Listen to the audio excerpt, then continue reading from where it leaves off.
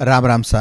मैं रवि आप सभी दर्शकों का बहुत बहुत स्वागत और अभिनंदन करता हूं सोजत सिटी जनपद पाली राजस्थान से। हम आप सभी दर्शकों को एक ऐसे तीर्थ स्थल लेकर के आए हैं जिसे श्री नीलकंठ महादेव मंदिर के रूप में जाना जाता है और संतोष आश्रम, संतोषम परम सुखम ये कहा तो जाता है, लेकिन इसे चरितार्थ अगर हम कहीं देखते हैं तो वह सोजत सिटी के संतोष आश्रम में ही देखते हैं। और इसका संचालन अगर करते हैं तो परम पूज्य महामंडलेश्वर चेतन गिरि जी महाराज। तो आइए सबसे पहले स्वागत और अभिनंदन करते हैं पूज्य महाराज जी का। महाराज जी बहुत बहुत स्वागत और अभिनंदन है। यहाँ पर आकर के हमने देखा कि एक कहावत है संतोषम परम सुखम। इस कहावत को यहाँ पर चरितार्थ होते हमने देखा कि हाँ हर व्यक्ति सुखी है, हर व्यक्ति खुशी है। तो ये कैसे कर पाते हैं महाराज जी पूरे आश्रम व्यवस्था को आप? श्री नीलकंठ महादेव मंदिर संतोष आश्रम की ये पवित्र धारा, यहाँ पर सुख शांति और आनंद की अनुभूति का आभास हमारे पूज्य गुरुदेव ब्रह्मलीन स्वामी संतोष गिरि जी महाराज जब वे 1964 से पहले इधर आते थे सोजत की धरा पर, तो अनेकों बार इधर इसी परिक्षेत्र के होकर गुजरते थे, प्रस्थान करते थे। उन्होंने संत हैं, संत हर हमारी पृथ्वी के अंदर धरा में कहाँ पर क्या सुगुण है, क्या उसकी अनुभूति है, संत अपने दिव्य भाव से, दिव्य दृष्टि से, अनुभूति से वो जान जाते हैं। तो कहने का मतलब जो आपका मूल प्रश्न है कि संतोष, तो संतोष एक अपनी भाव और भक्ति में भी छुपा रहता है। गुरु जी के यहाँ पर जब कुटिया बनी, या उन्होंने कठोर तप तपस्या की, अनेकों बार वे निराहार रह कर के कुछ भी, केवल कोई 9 दिन या 7 दिन 21 दिन नहीं, 6 और 7 साल भर तक बिना अन्न लिए रहे, केवल दूध और जल पर उन्होंने तप तपस्या की। ये हमारे गुरु जी का जो धुना है, यहाँ पर अनेक व्यक्तियों का जीवन में दुख होता है, पीड़ाएं होती है।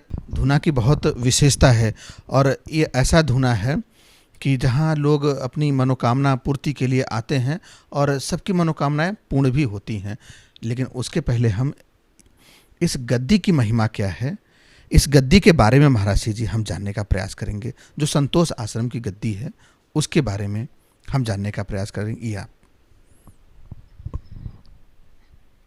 संतोष आश्रम की जो गद्दी है, ये हमारे पूज्य गुरुदेव स्वामी संतोष गिरि जी महाराज, उनके जो प्रिय शिष्य थे, भक्त थे, जो मैं आपके सामने आप जिनसे मुझे प्रश्न कर रहे हैं, इसी शरीर के जनक थे श्रीमान घिसूराम जी। उन्होंने गुरु जी के लिए कुटिया बनाई और गुरु जी यहाँ पर तप तपस्या की। उनकी तप तपस्या का परिणाम है कि यहाँ पर जो कुछ भी आता है परम संतोष आनंद को पाता है। रामगिरि जी महाराज हमारे जो दादा गुरु है, वो माउंट आबू के अंदर गुरु शिखर हैं, वो वहाँ पर गुफाओं कंदरों में ही रहते थे। उन्होंने अपना कोई आश्रम नहीं बनाया। बहुत बड़े सिद्ध और योगी थे कि हमारे गुरुजी जोधपुर रेलवे में वो रेलवे ड्राइवर थे। तो हमारे जो दादा गुरु है ना रामगिरि जी महाराज, तो ये हमारे गुरुजी संतोष गिरि जी गृहस्थ आश्रम से ही उनसे गुरु शिष्य के नाते के रूप में जुड़े हुए थे। संतोष गिरि जी महाराज अबू से तो वो रामगिरि जी महाराज कहीं जोधपुर के आजू बाजू आए हुए थे। तो उन्होंने समाचार भेजा कि उनका पूर्व नाम था संतोष गिरी जी का तुलसीदास, कि भाई तुलसीदास को कहना मैं इधर आया हूँ, दर्शन करने को आए। तो समाचार मिला तो हमारे गुरुजी ने अपने अफसर से कहा कि भाई हमारे गुरुजी आए हैं, हमारे को बुलाया है। उन्होंने समाचार दिया आप हमें छुट्टी दीजिए, मेरी एप्लीकेशन छुट्टी स्वीकार कीजिए। तो वहाँ पर रेलवे जो उनका अफसर था उसने छुट्टी स्वीकार नहीं की। उन्होंने विनय प्रार्थना की, फिर भी छुट्टी नहीं दी और वो गाड़ी का टोकन दे दिया और गाड़ी उठाई प्लेटफार्म से।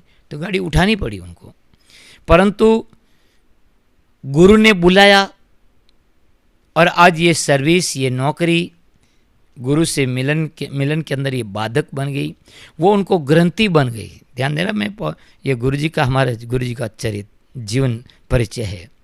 तो एक ग्रंथि बन गई, गाड़ी तो उठा दी रेलवे प्लेटफार्म से, परंतु ये जो ही पेपाड़ और मेड़ता शहर है, इन दोनों के बीच में कोई प्लेटफार्म नहीं। बिना प्लेटफार्म उन्होंने गाड़ी को रोक दिया, मालगाड़ी को, और इंजन को अलग किया और अपनी ड्रेस थी रेलवे ड्राइवर की, उस ड्रेस को उतार दिया, अपने पास में जो धोती आदि थी उसको लगाया और वहाँ से इंजन को हाथ जोड़ करके चल पड़े। माने गुरु ने बुलाया और ये ड्यूटी, ये सर्विस, नौकरी मेरे गुरु के मिलन में बाधा, गुरु ने बुलाया, बस वही एक वैराग्य की भूमिका बन गई। और लीला भी हाँ, अद्भुत है। ऐसा हुआ कि हमारे गुरु जी के साथ में, जैसे रेलवे का एक नियम है कि ड्राइवर के साथ में उनका खलास वो रहता है, गार्ड रहता है। तो गार्ड साथ में था। जब गाड़ी को रोका और इंजन को उन्होंने अलग भी किया, गार्ड पास में आया, परंतु उनकी हिम्मत नहीं हुई कि तुम क्या कर रहा है, कहने की हिम्मत तक नहीं हुई।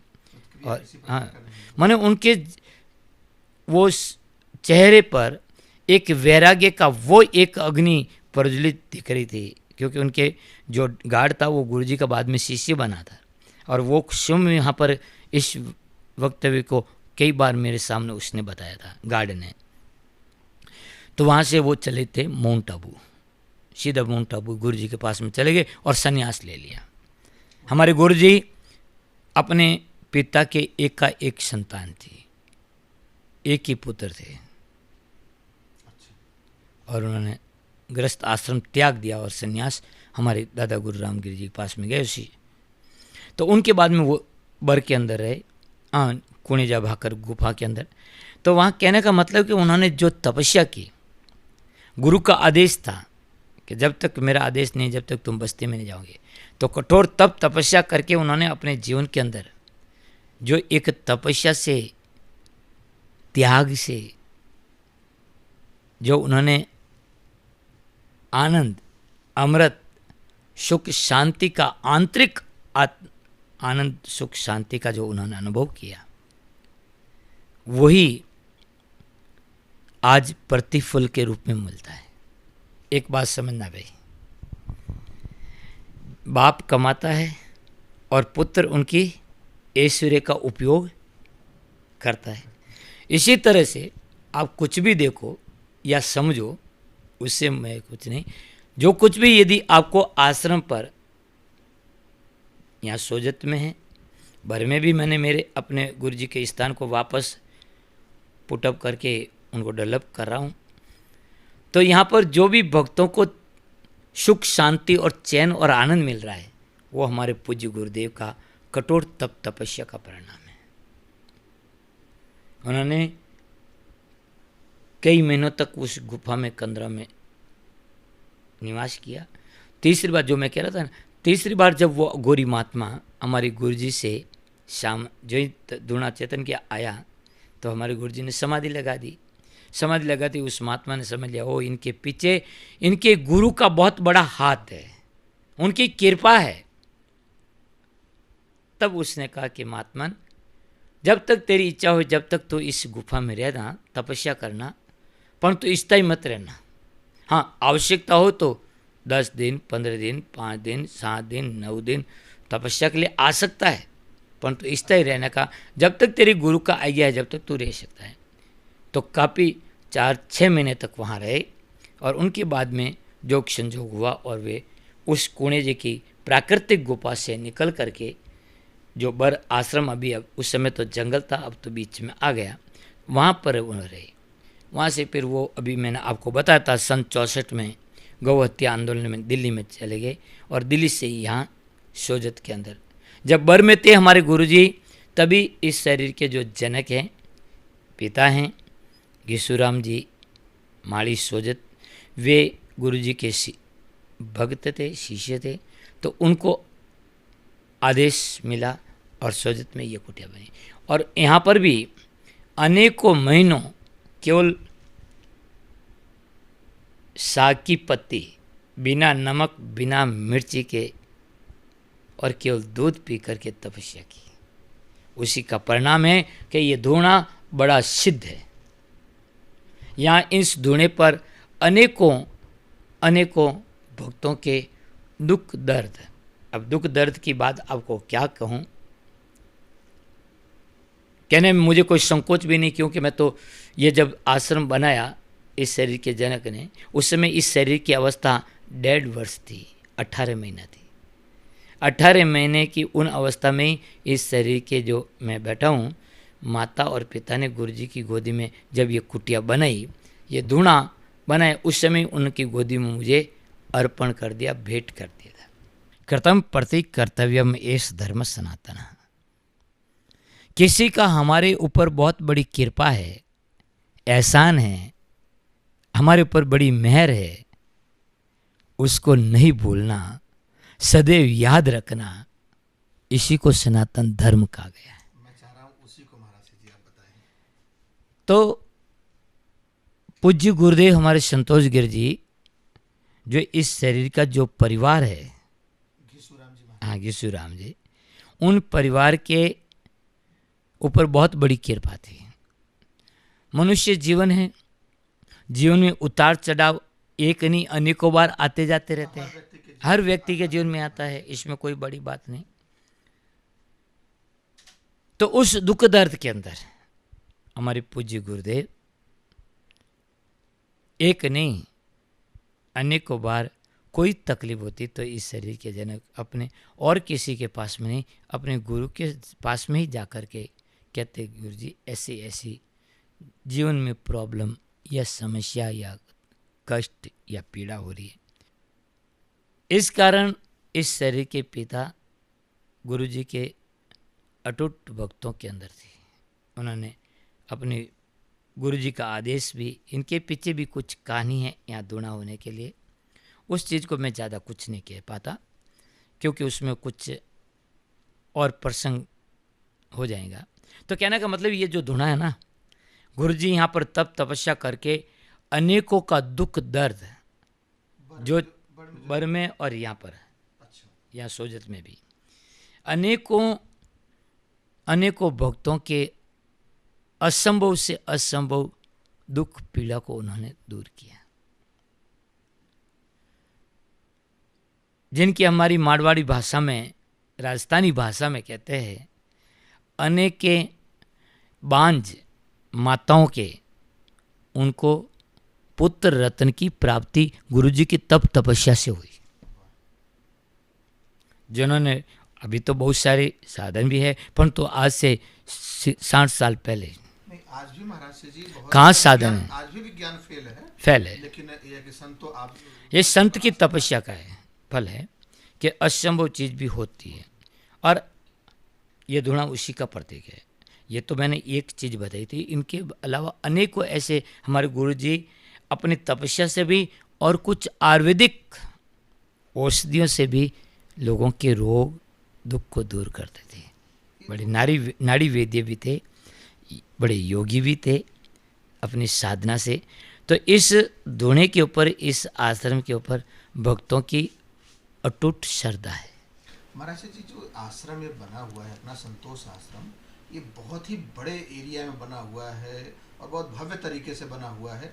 वातावरण के दृष्टिकोण से देखें महाराज जी तो ये अरावली पर्वत है महाराज, कौन? हाँ, अरावली पर्वत तो ये उधर रह गया है। अच्छा, ये पर्वत के बीच, पर्वतों के बीच में गिरा हुआ है। तो इसको आप किस रूप में देखते हैं महाराज जी? ये जो आश्रम है ना, हमारे गुरुजी जब यहाँ तप तपस्या करे थे, देखो ये संतों का एक परिकल्पना होती है। ये दूना उन्होंने तपस्या की, तो यहाँ पर अनेकों बार लोगों ने देखा कि समाधि लगा करके केवल बैठ जाते कई घंटों घंटों तक, बिल्कुल हिलते डुलते नहीं थे। तो उन्होंने एक बार गुरुजी का बात करते थे हमको कि उन्होंने अपने प्रत्यक्ष ऐसा एक दर्शन किया था अपने स्वप्न के अंदर कि अनेकों ऋषि मुनि बैठे हैं और वो तपस्या कर रहे हैं। जो हमारे पुराणों में वेदों में जो सप्त ऋषि हैं, उन सप्त ऋषियों का स्वरूप उनको नजर आया, उनको स्वरूप वहाँ मिला।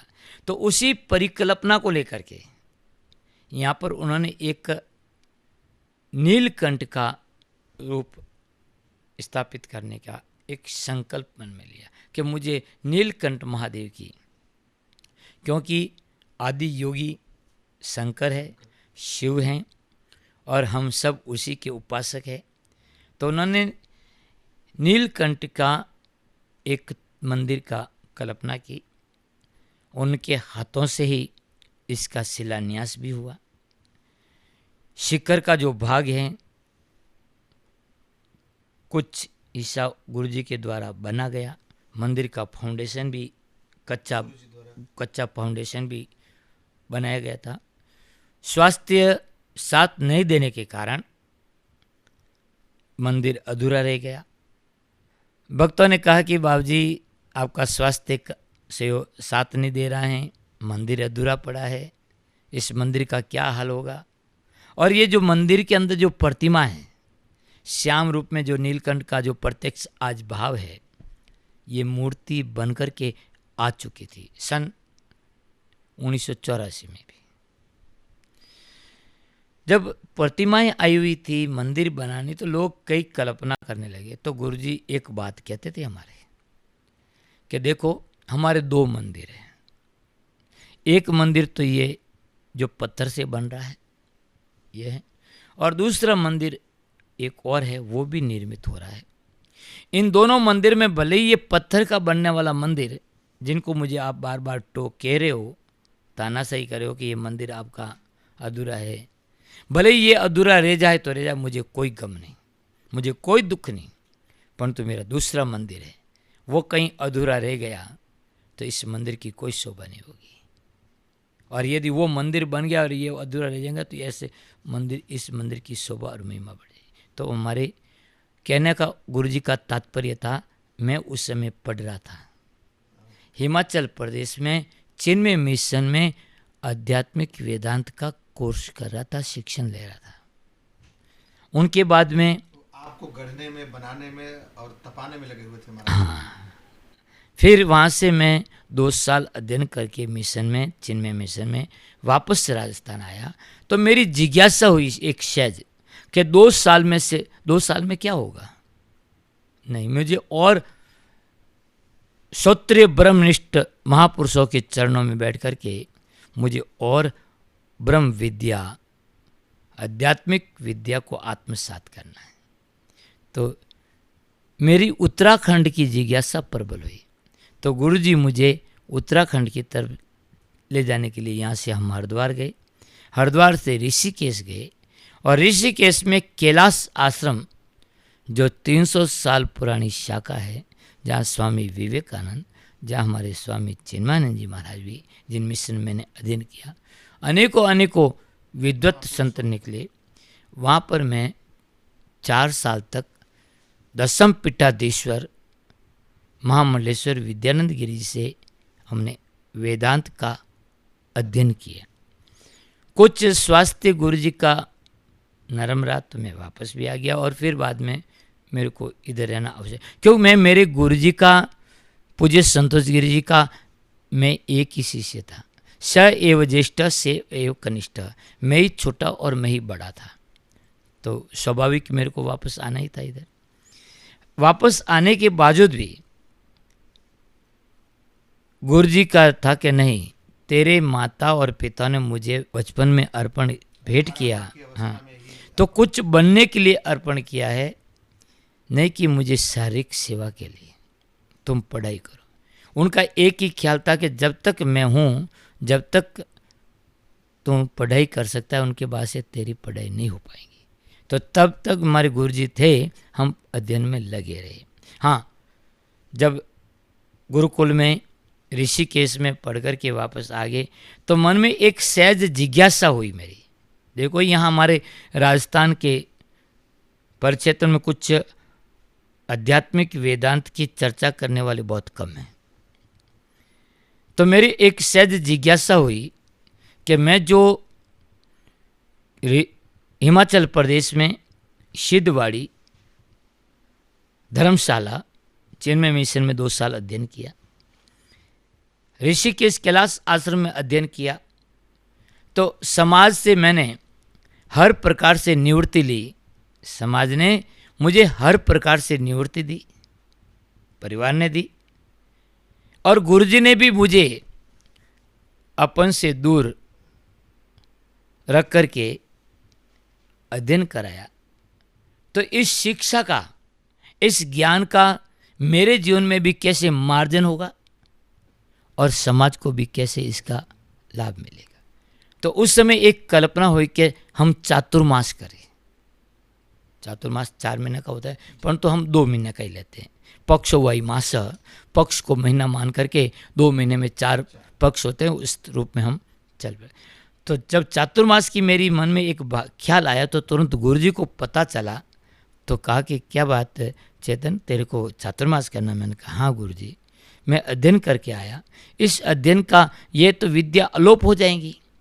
जैसे हम स्कूल के अंदर और जो कोर्स हम पढ़े और 4-5 साल के बाद में यदि कोई पूछे कि उस 5वीं क्लास में हिंदी के अंदर 5वां अध्याय कौन सा था, तो हमको पता नहीं। हाँ, पढ़ा जरूर है, परंतु यार इसी तरह से ये शिक्षा तो अलोप हो जाएंगी भगवान।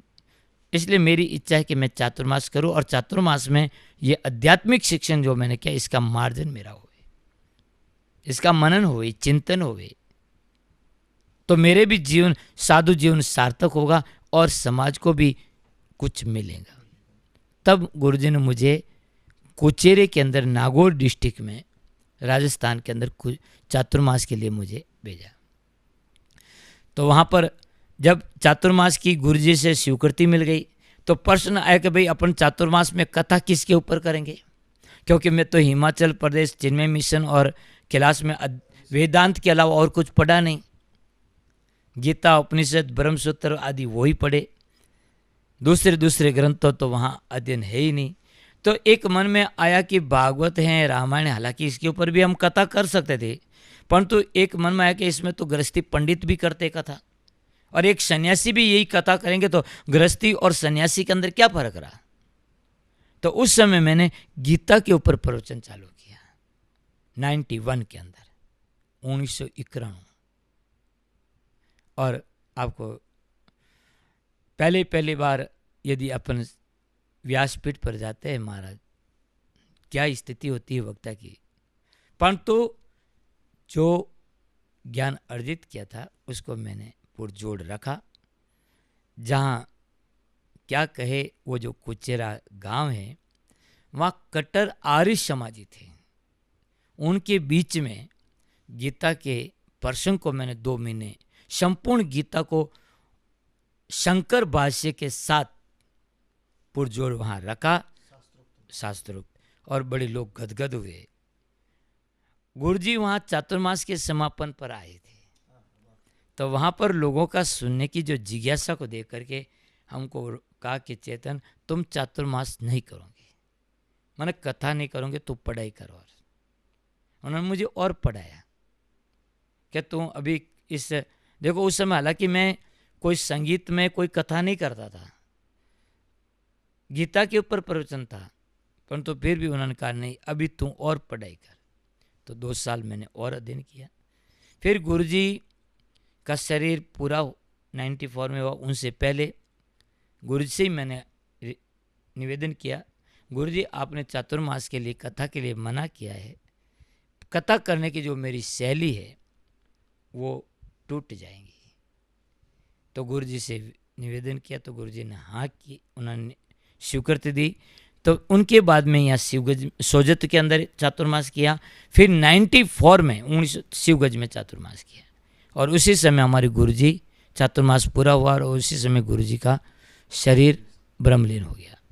तो उस समय आश्रम की दैन्य कंडीशन थी, दैन्य स्थिति थी, मंदिर भी अधूरा था, स्थान भी कुछ इनका परिक्षेत्र कम था, उससे कोई तकलीफ नहीं थी, परंतु मंदिर जो था, मूर्ति आई हुई थी, नीलकंठ का विग्रह मेरे यहाँ था, परंतु मंदिर, और वो भी जोधपुर पत्थर में, अधूरा था। तो केवल गुरु से, उनके त्याग से जो मुझे शिक्षा मिली, और उस शिक्षा को मैंने अपने, जहाँ मेरे को कोई जान नहीं, कोई पहचान नहीं, और जाकर के चातुर्मास के रूप में कथा करता थी। आज की तरह कथा नहीं कि जैसे महीने के अंदर 3-3 टाइम की 3-3 बार कथा, 3-3 कथाएं होती है बुक, नहीं ना, साल में एक बार, और वही चातुर्मास। उस तरह से भक्तों के बीच में कथा से जो मुझे सहज रूप से भेंट पूजा मिलती थी, अर्थ के लिए भागते नहीं सन्यासी कभी, जो भी अर्थ के रूप में मुझे सहयोग मिला या भक्तों से, उस शिखर को मैंने पूरा करवाया पहले, और पूरा करा करके गुरुजी की परिकल्पना थी, इस प्रतिमा को रखा, और मैंने एक ही कल्पना की कि ये न किन प्रकार से शिखर पूरा हुए और मेरा मंदिर में महादेव बैठे और महादेव की आराधना हो जावे, तो जो महादेव कराएगा वो हम होगा। ये जो भी कुछ हुआ है 1999 के बाद में महादेव की कृपा से और गुरु महाराज की कृपा से ये आश्रम का विस्तृत रूप आज जो देखने को मिला है। और आज भी इस संत वाणी चैनल पर जो आपने पट्टाभिषेक महोत्सव और ये परिक्षेत्र जो भक्तों का समूह देखा है, आपको क्या कहूँ, आपके संतवाणी आपके चैनल वालों को, कि ये केवल और केवल एकमात्र मेरी गुरु की तपस्या और ये महादेव का जो नीलकंठ का स्वरूप की जो पूजा है, इनका भाव है, ये जो कराता है। केवल मैं तो यहाँ पर झाड़ू पोछा देता हूँ, मैं केवल सेवा करता हूँ, उसी का सेवा का फल हमेशा अमृत होता है। और वो अमृत आज मैं और मेरे सारे भगत लोगों ने, नगरी के लोगों ने, ये पट्टाभिषेक पर आज 30 साल, गुरुजी 1994 में ब्रह्मलीन हुए और आज 2024 है, 30 साल की ये ज्ञान की गंगा का ही प्रताप है। ज्ञान सर्वत्र पूज्य थे। जो ज्ञानी व्यक्ति होता है ना, जो निश्चल भाव से ज्ञान को जो केवल बांटता है, उनकी सर्वत्र पूजा होती है। उसको प्रत्यक्ष यहाँ पर आज मैंने देखा। इसी के साथ में मैं आपको और क्या कहूँ, ये आश्रम तो सदैव भक्तों में हृदय में संतोष देता आया है, आनंद देता आया है, और यहाँ पर आनंद की लहरी लहरें। इसी के साथ में आपको ये माइक्रोफोन आपके हवाले करता हूँ। आश्रम की महिमा अद्भुत है। यहाँ विद्वान कितना विनम्र होता है, विद्या आने के बाद वो साक्षात मूर्ति आप हैं जो मैं देख रहा हूँ। महाराज जी, आप कितने विनम्र हैं, कितने सहज हैं और कितनी विद्वान हैं। गुरु की महिमा जो होती है वो आपने सुना महाराज जी को 18 माह की अवस्था में, जब आप श्री के पिताजी गुरुजी जब गुरुजी को सौंपे, तो देखिए गुरुजी ने हमेशा महाराज जी को कैसे आगे बढ़ाना, कैसे किस तरीके से अध्ययन करवाना है। वो अपने जब तक शरीर था तब तक केवल एक ही उनका प्रयास था कि अपने शिष्य को कितना ज़्यादा से ज़्यादा अध्ययन करवा दे, ताकि यह शिष्य पूरे दुनिया में इस सनातन धर्म ध्वजा लहराए, फहराए और आगे बढ़ाए। उसी की कड़ी में आप देखिए, गुरु बहुत दूरदर्शी होता है। उसी का परिणाम है कि आज गुरु जी तो चेतन गिरि जी को छोड़कर गए थे, लेकिन आज परम पूज्य महामंडलेश्वर चेतन गिरि जी महाराज आप हो गए। तो आप इसी से अंदाज़ा लगाइए कि हम लोग कहते हैं ना कि गुरु की आवश्यकता क्या है, गुरु की महिमा क्या है, गुरु की ज़रूरत क्या है। गुरु को अपना के तो देखिए, जो बदलाव एक 18 माह के बच्चे को पा करके, और आज देखिए कहाँ तक पहुँचा दे, विश्वव्यापी बड़े लेवल पे महामंडलेश्वर जैसे पद पर आसीन आप हुए। और मैं यहाँ पर आया तो मैं एक चीज़ और देख रहा था कि जो धूना की बात आप महाराज जी कर रहे थे, भीड़ यहाँ पर धूना पर लोग आते हैं, प्रणाम करते हैं, बड़े विनम्रता सहजता के साथ बैठते हैं, वहाँ पर अपने मन की जो मुरादें हैं, जो आध्यात्मिक जो संभव होता है उसको मांगते हैं और वो पूर्ण होते हैं। मैं इसलिए भी कह रहा हूँ कि मैंने इस चीज़ को देखा, जिया, तब कह रहा हूँ। हो सकता है कि आपके जीवन में किसी चीज़ का अभाव हो, पूर्ण नहीं हो पा रहा है, जो संभव है, तो आप एक बार इस धूना को दर्शन करने के लिए आप आएँ तो हमें उम्मीद है कि आपकी मनोकामनाएं पूर्ण जरूर होंगी। पूज्य श्री जी का बहुत बहुत आभार, धन्यवाद कि आपने संतवाणी टीवी चैनल को इतना समय दिया महाराज श्री जी, और आपने जो मुझे ये पगड़ी पहनाई इसके लिए बहुत बहुत आभार, बहुत बहुत प्रणाम महाराज श्री जी। हम कहने जाए तो वहाँ पर समुद्र भी यदि सही है वो भी कम पड़ जाएंगी। वन की वृक्षों की यदि लेखनी बना दे तो भी उसे लिखा नहीं जाएगा। सरस्वती यदि स्वयं लिखने को बैठ जाए तो भी बखान कोई कर नहीं सकता। ये भारत की भूमि है भाई, ये ऋषियों की भूमि है। या तो सदैव देवता भी यहाँ पर अवतरित होने के ललचाइत रहते हैं कि हम भारत भूमि पर अवतरित हुए, हम अपनी लीला को यहाँ पर बिखेरे। वो धरती है, बहुत बहुत आभार, प्रणाम। क्या कहे, शंभो शंभो, हर हर महादेव।